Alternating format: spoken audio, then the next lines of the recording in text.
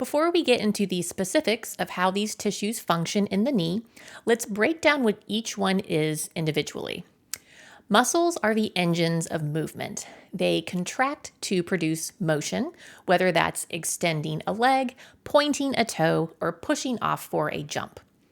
Tendons are the connectors. They attach muscles to bones and transmit the force generated by muscle contractions to the skeleton, enabling movement to occur.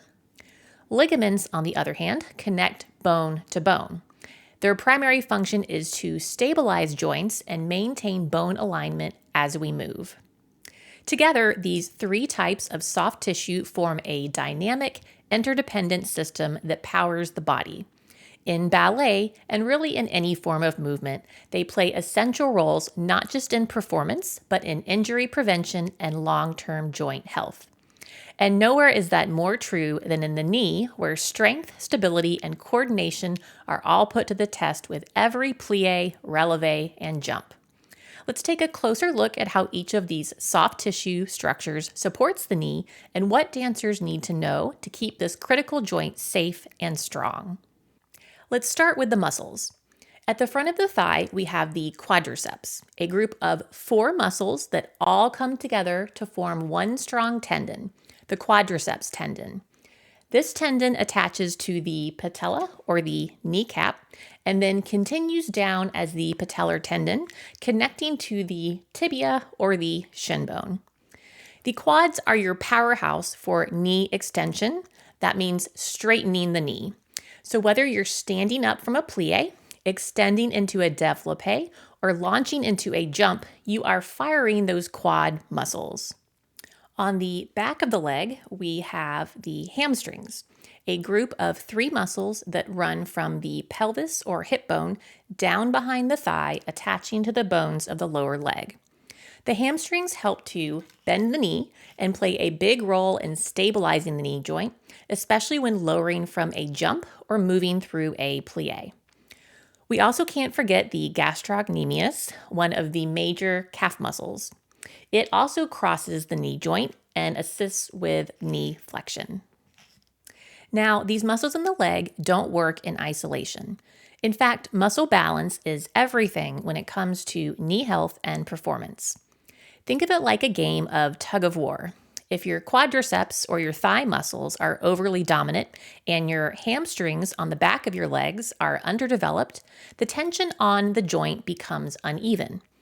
Over time, that imbalance can make the knee unstable, more prone to injury, and less efficient in movement.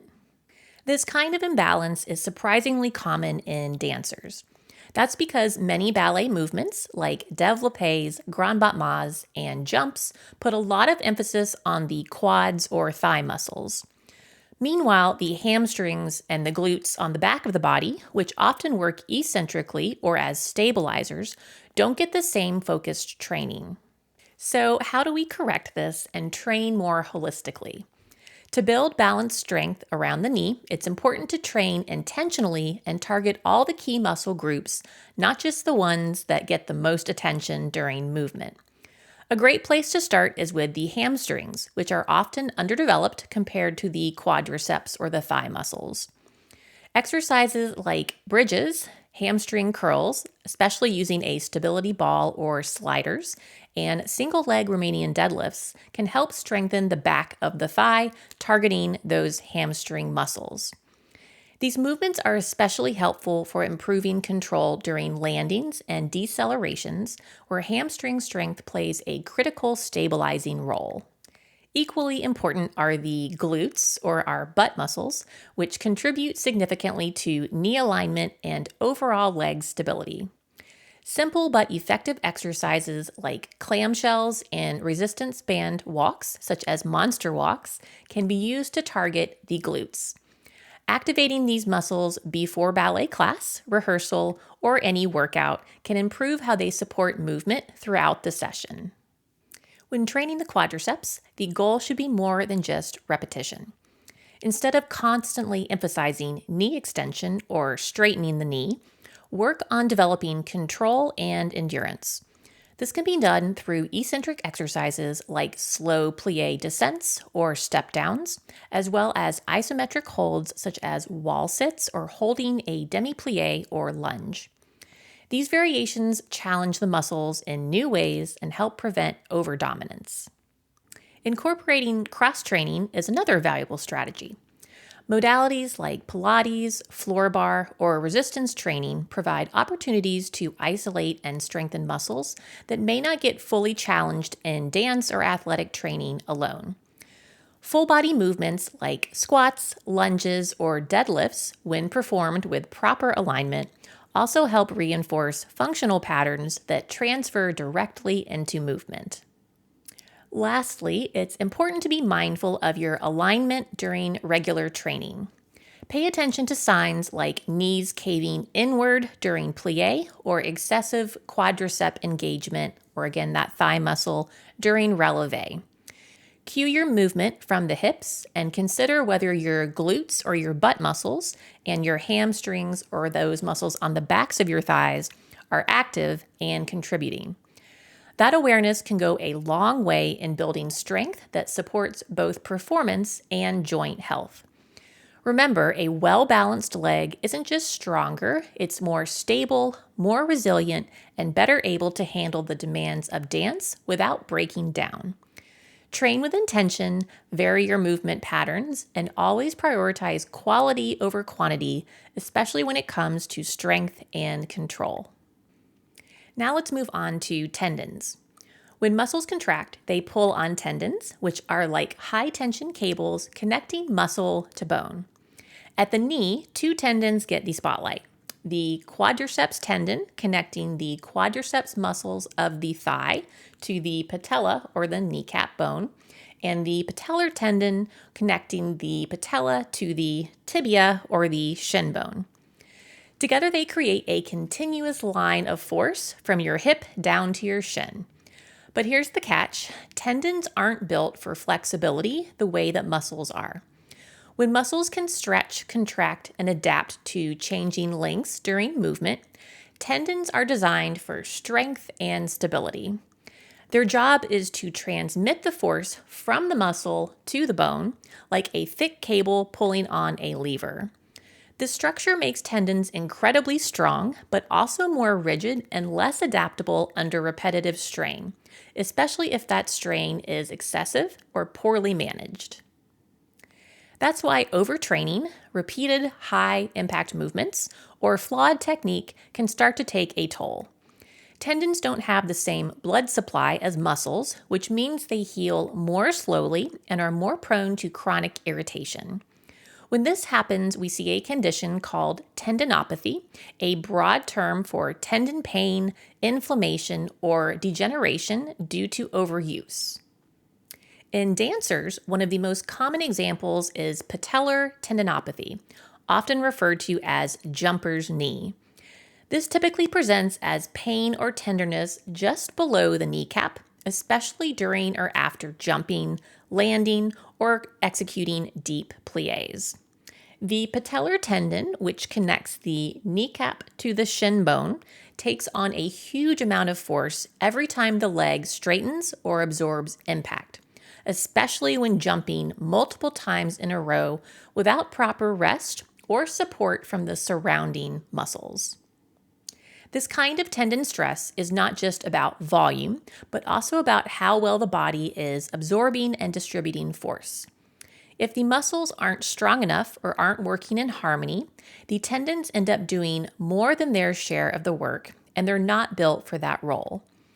The good news is that tendinopathy can be often managed and prevented through targeted strength training, load management, and technique correction. Slow, controlled exercises, particularly eccentric loading movements, where the muscle lengthens under tension, like slowly lowering from a jump or descending from a squat, have been shown to be especially effective in tendon rehabilitation. And of course, building balanced strength in the surrounding muscles and incorporating regular recovery time into your training routine can go a long way in keeping tendons healthy and resilient. So while tendons may not be flexible, they are incredibly durable when treated with respect.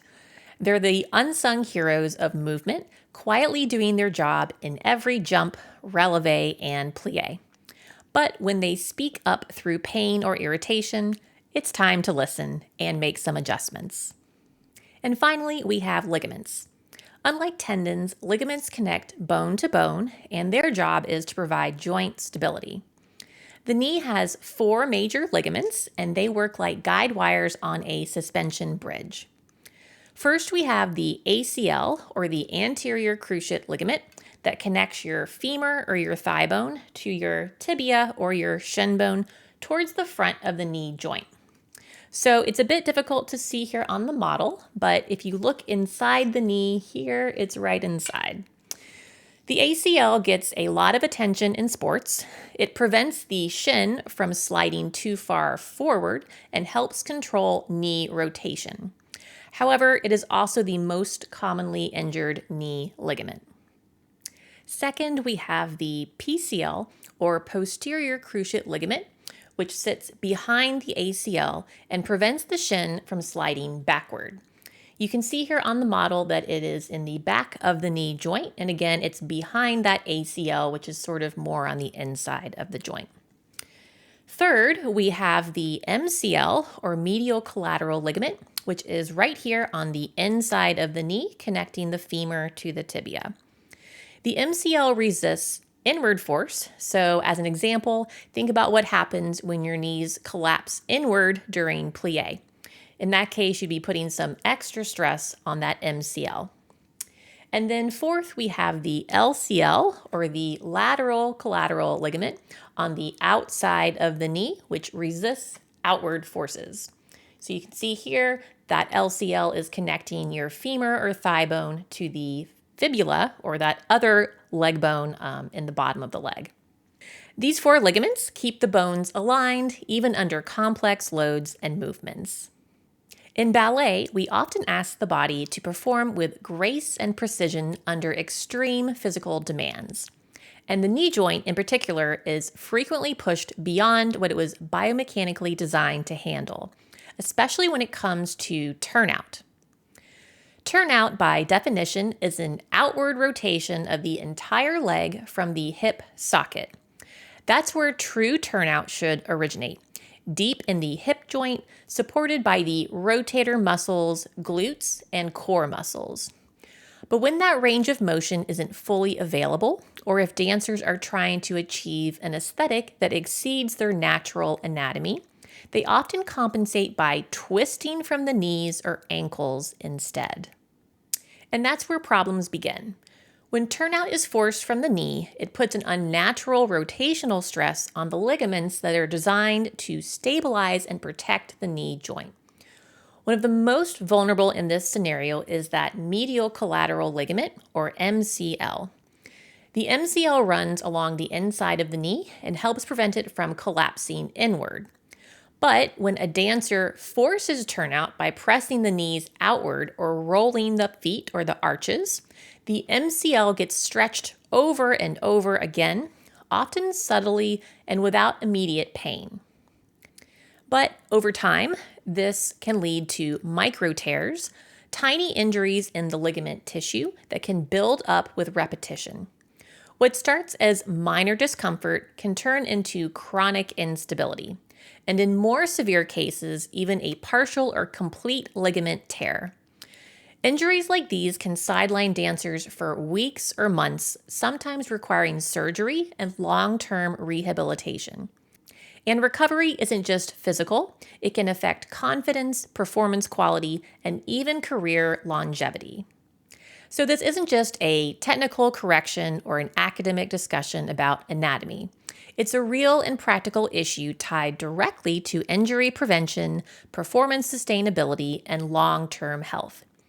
By learning to initiate turnout from the correct place, the hips, and by strengthening the muscles that support that movement, dancers can take pressure off of the knee and allow it to do what it was meant to do: bend, straighten, absorb impact, and support fluid movement. And with the right balance of strength, alignment, and awareness, it's possible to dance with both freedom and safety.